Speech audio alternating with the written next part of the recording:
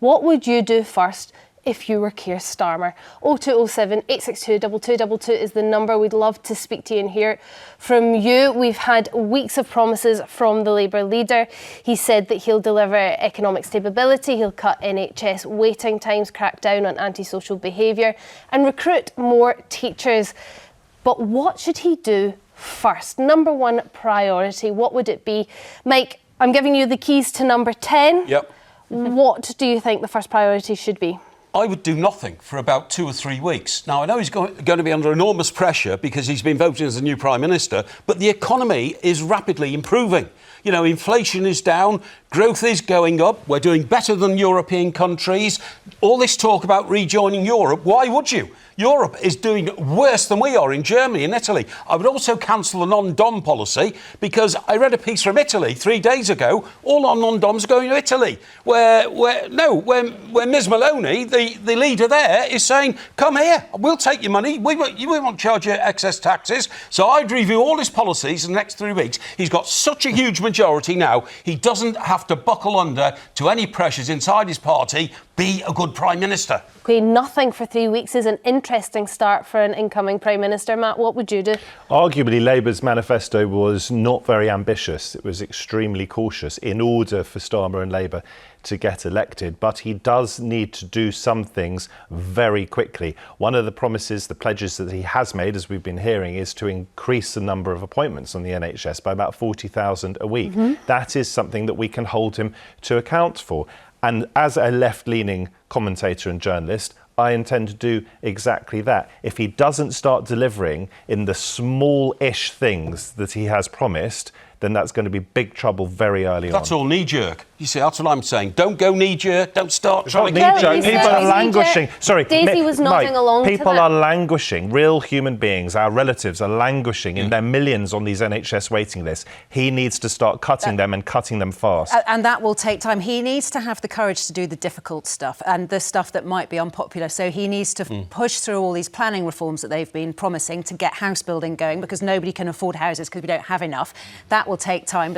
But if they do, and we're going to get all the NIMBYs saying not in my backyard and I don't want this house building happening in my area. Just got to do it, even if it's unpopular. I support in certain that policy. Areas. I think we should build on the green. And he's got to reform the NHS, and he's actually got to stop treating the NHS like some sort of holier than thou, something that you can't touch. He's got to start saying, like Wes Streeting has said he might start charging for GPs appointments, and I think that's got to be done. It won't be popular. It is critical, on your point, I don't agree with the idea of charging for GP appointments, but it is critical that Wes Streeting managed to cling on to his seat very, very marginally, because he is someone who does have the intellectual clout to do something with the NHS, not simply to sit back and treat it as a sacred cow. OK, well, we want to know what you would do, what you think Keir Starmer's number one priority should be. And we've actually got some of the possible priorities on our board here. NHS has already been mentioned, immigration, cost of living crisis, housing, and then another. As for your suggestions on the panel, we may as well put them up. I think, Matt, you were one for NHS.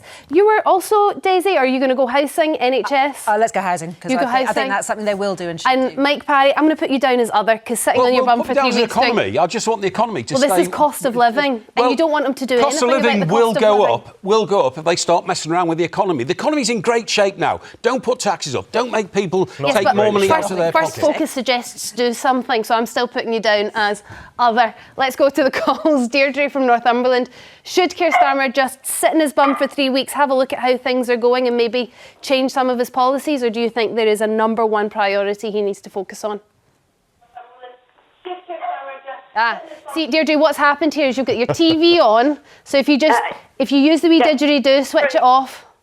Sorry, good morning. Morning.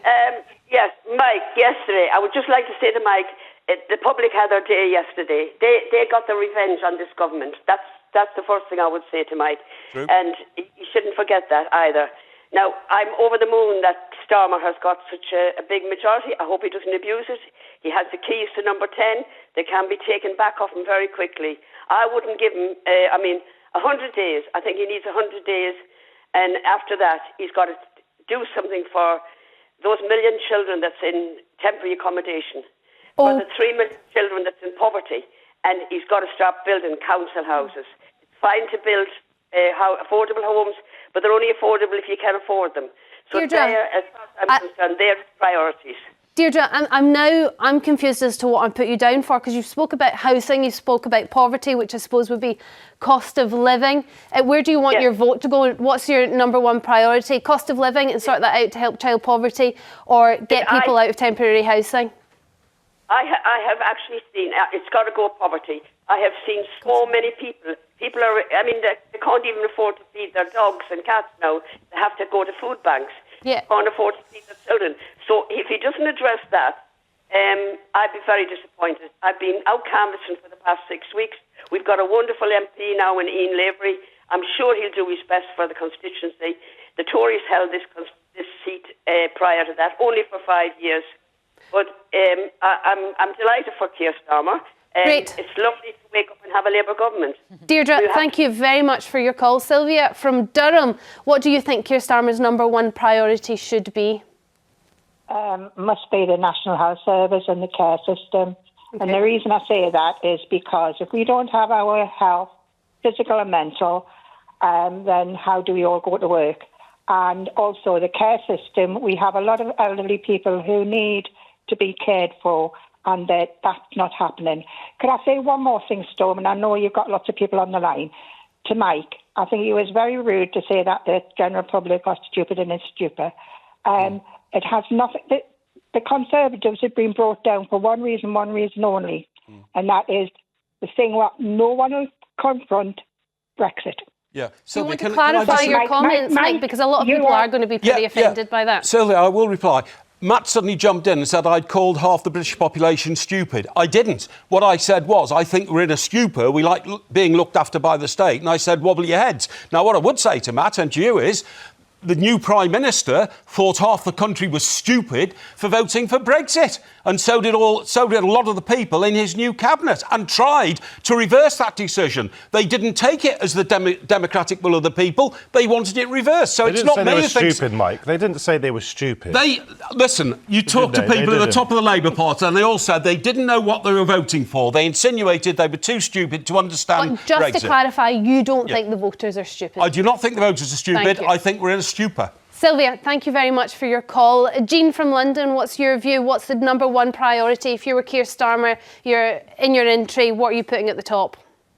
Well, good morning, Storm and panel. My top priority, although it's not on your board, would be the environment.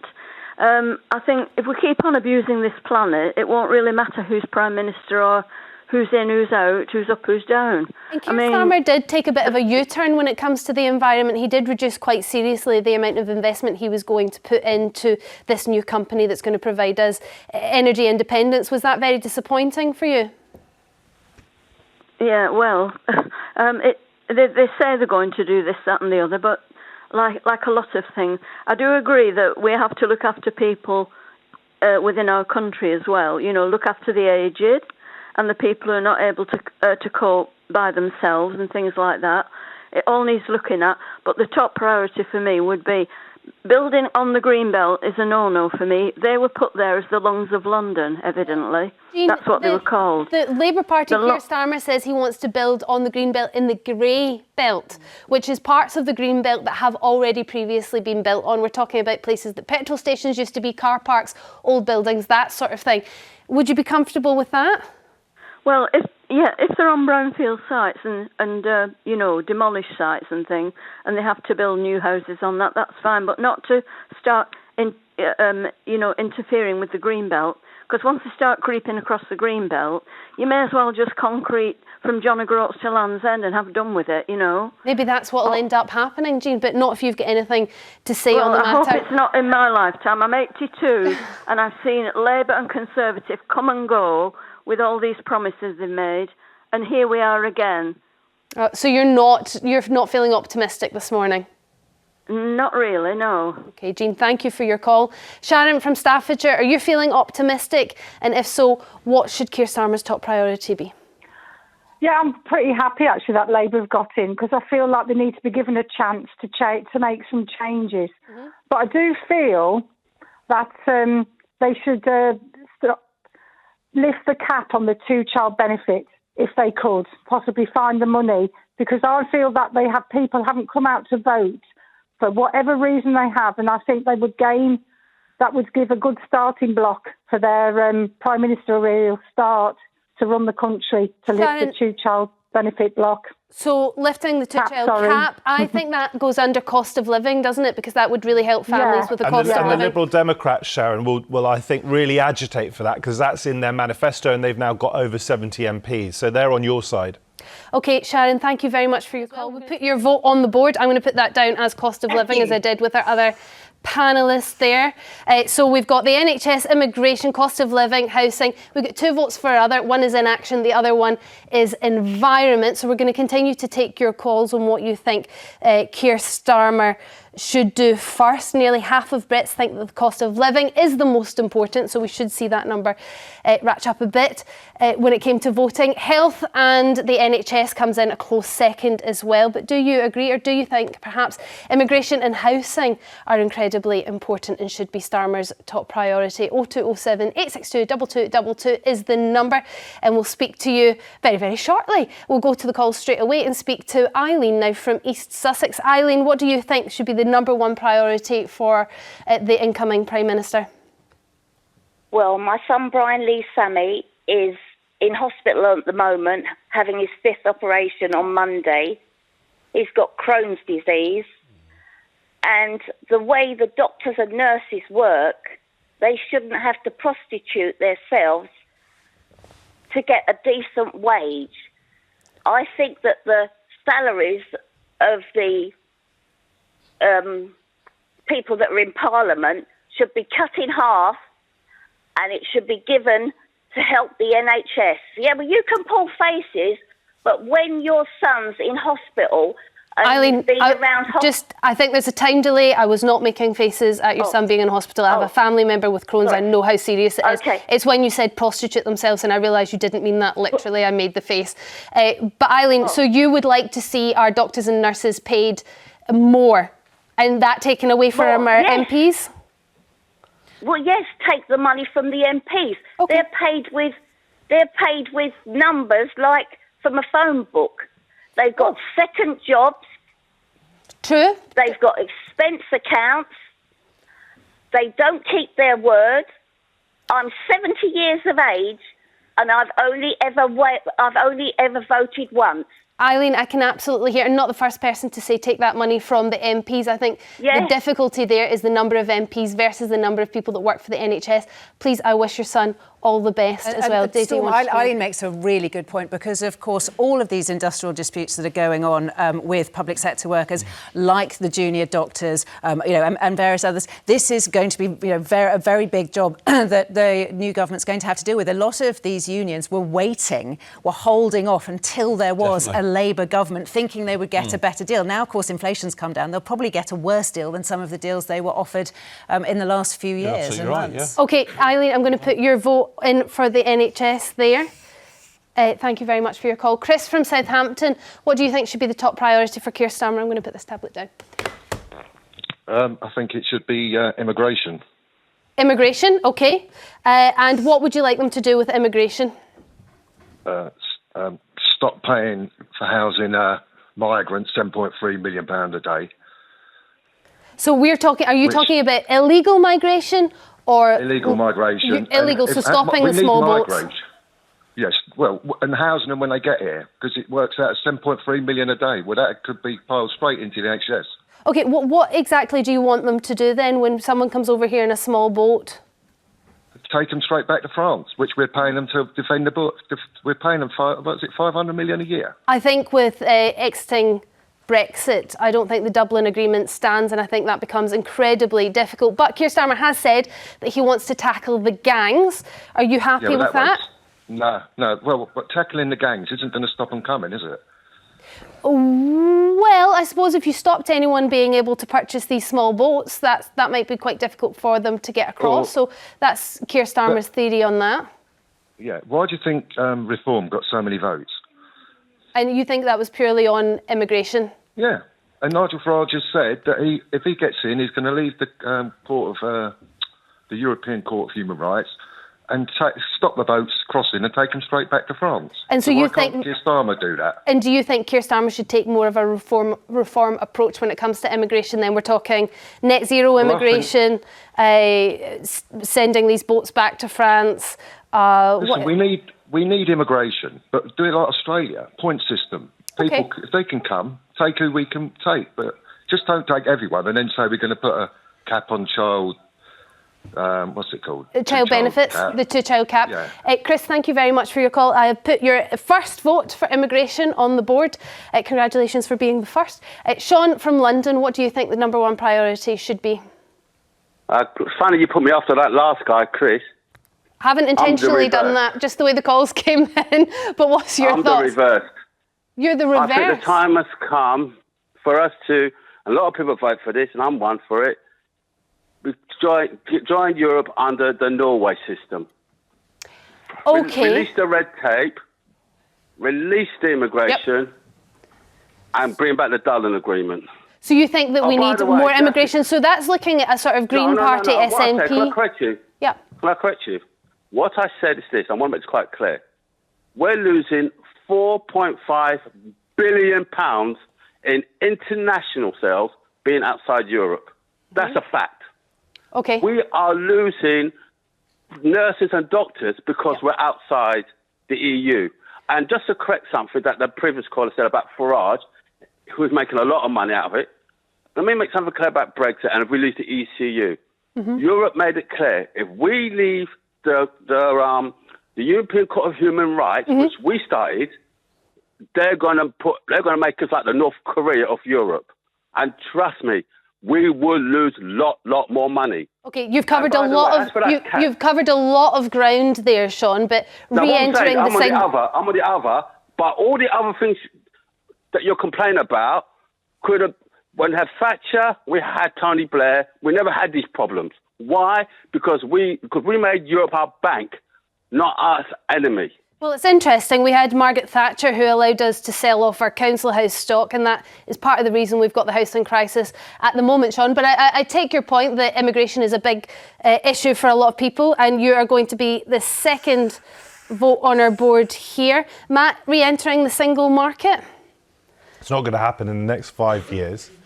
And I think we should probably just correct the chap from Southampton who clearly feels passionately. He's totally entitled to his views, as important as mine. But even if Farage were Prime Minister, there's no way, there's no mechanism under which we would be able to simply return human beings to France. Ain't going to happen.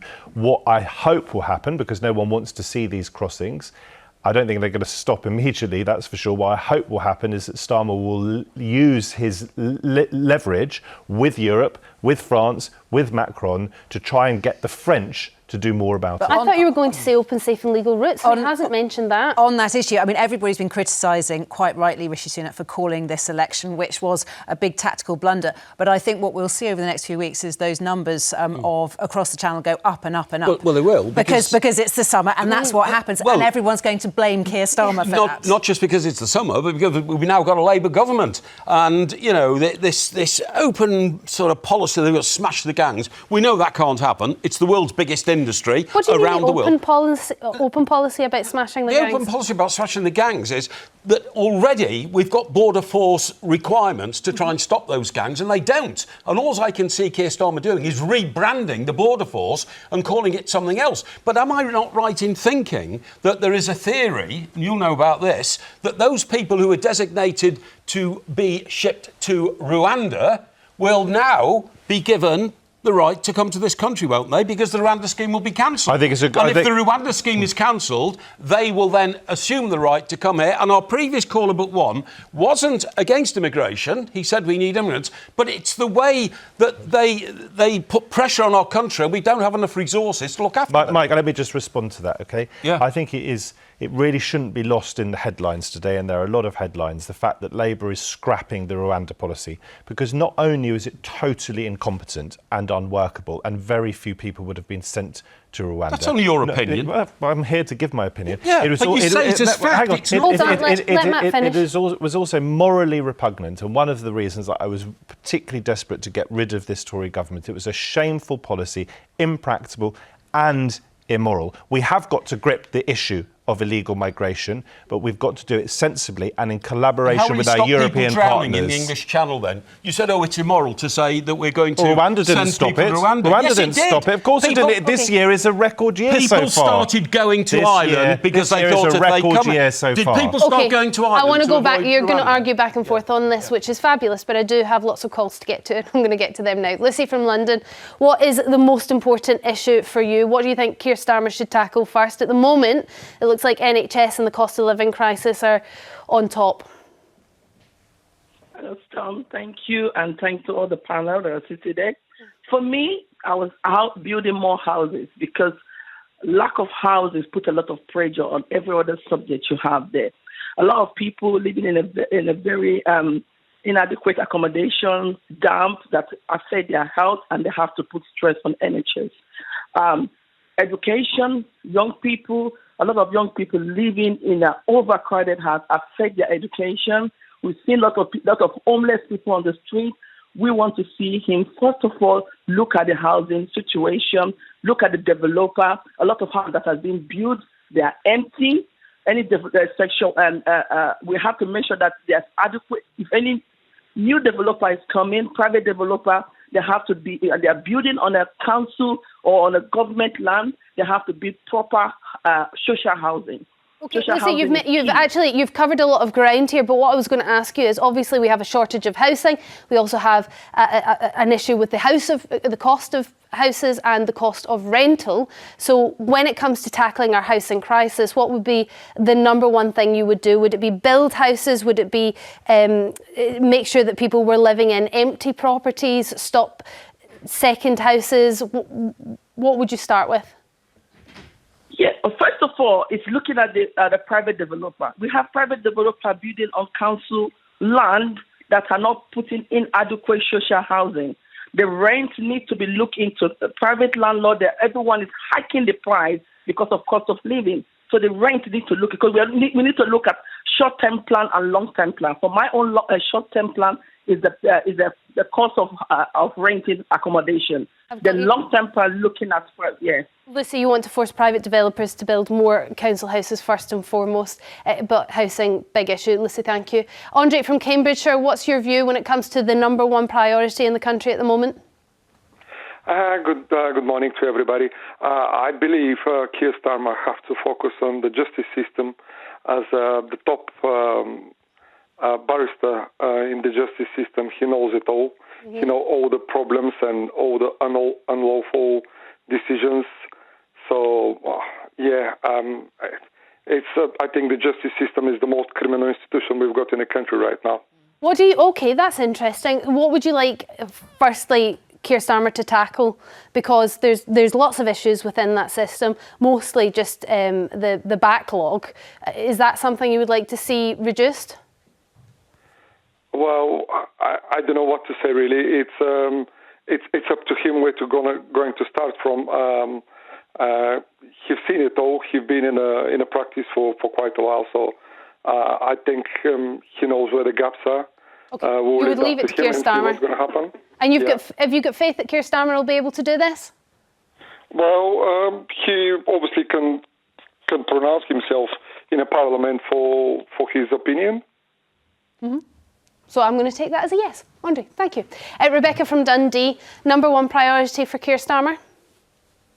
Good morning, I feel it's got to be immigration, because the knock-on effects to all the other services, the NHS, housing, education, the population of our country is increasing as it is, just with people who are from and live within the country. Then on addition to that, we've got additional people coming into the country. Mm-hmm. So to me, okay, you could throw money at the NHS and you could throw money at the education system, but it's always going to need more because the population is increasing and increasing and increasing until they actually get some sort of cap, and then in putting money into that. So I was listening to Lucy saying about housing. A little bit like that. You could keep building housing, but if we've got people coming into the country and more people within the country having children, the population is just going to increase. You're never going to get on top of it until you deal with... Rebecca, just a correction. our birth rate in this country is in fact going down, but you're right, we are bringing more and more people into this country. Obviously puts pressure on resources. There is a difficulty with the fact that we do need more working age people because we have an ageing population. But I accept this is important. What I want to know from you, Rebecca, is which party's approach did you like best on immigration? Do you want a net zero immigration? Would you like so that's a sort of one in, one out approach? No, I don't think it should be net zero, but I think we need to be like Australia. Points-based system. Kind of something in place to have people coming into the country have something to give to the country and support us. The reality of it is this taking the cap off people having 2 more children are going to get tax credits. All you're encouraging is more people to have more children. I'm sorry, but you are. Okay, but Rebecca, from what you're saying, you would like less people coming into the country, and presumably that means the people in this country will have to have more children in order to support the pensions for the older generation? Yeah, but not maybe 5 or 6 kids, not 8 or 10, and have tax credits to support that. Oh, Daisy, you were shaking your head there. Well, only on what you were quizzing about immigration. It is a subject that people care passionately about. It is probably the main reason that reform got, that real breakthrough that we saw last night. But as you were rightly saying, one of the problems is we have this ageing population. That's a huge issue, which most politicians aren't. We had a call earlier about social care. That is one of those issues that really hasn't been touched on, and that's one of the main issues with the ageing population. But it's out of control, isn't it? Isn't immigration out of control? Because we can't cope. Look, if people come here to this country, they should be given a decent standard of living and a good life. But that's not how people come here. But Mike, you were saying earlier that the economy is bouncing back. The only reason we've had growth in our economy is because of immigration. It's not the only reason. It's not the only reason. We have the lowest standard of living that we've had for years. We've got the highest taxes we've had since the Second World War. International trade is booming since we came out of Brexit all around the world. That's another reason for economic growth. You guys can continue this conversation into the break, but I am going to have to wrap up this part. Rebecca, thank you very much for your vote. And that went on immigration. I've already marked it down. So we've got 3 for NHS, 3 for immigration, 3 for cost of living, only 2 for housing, 3 for other. Just a reminder of what they were. They were Mike's inactivity, or focusing on tax, really, I suppose. Then we had environment and justice being the other 2 votes there. So thank you for all your calls on this. We are going to move on after the break.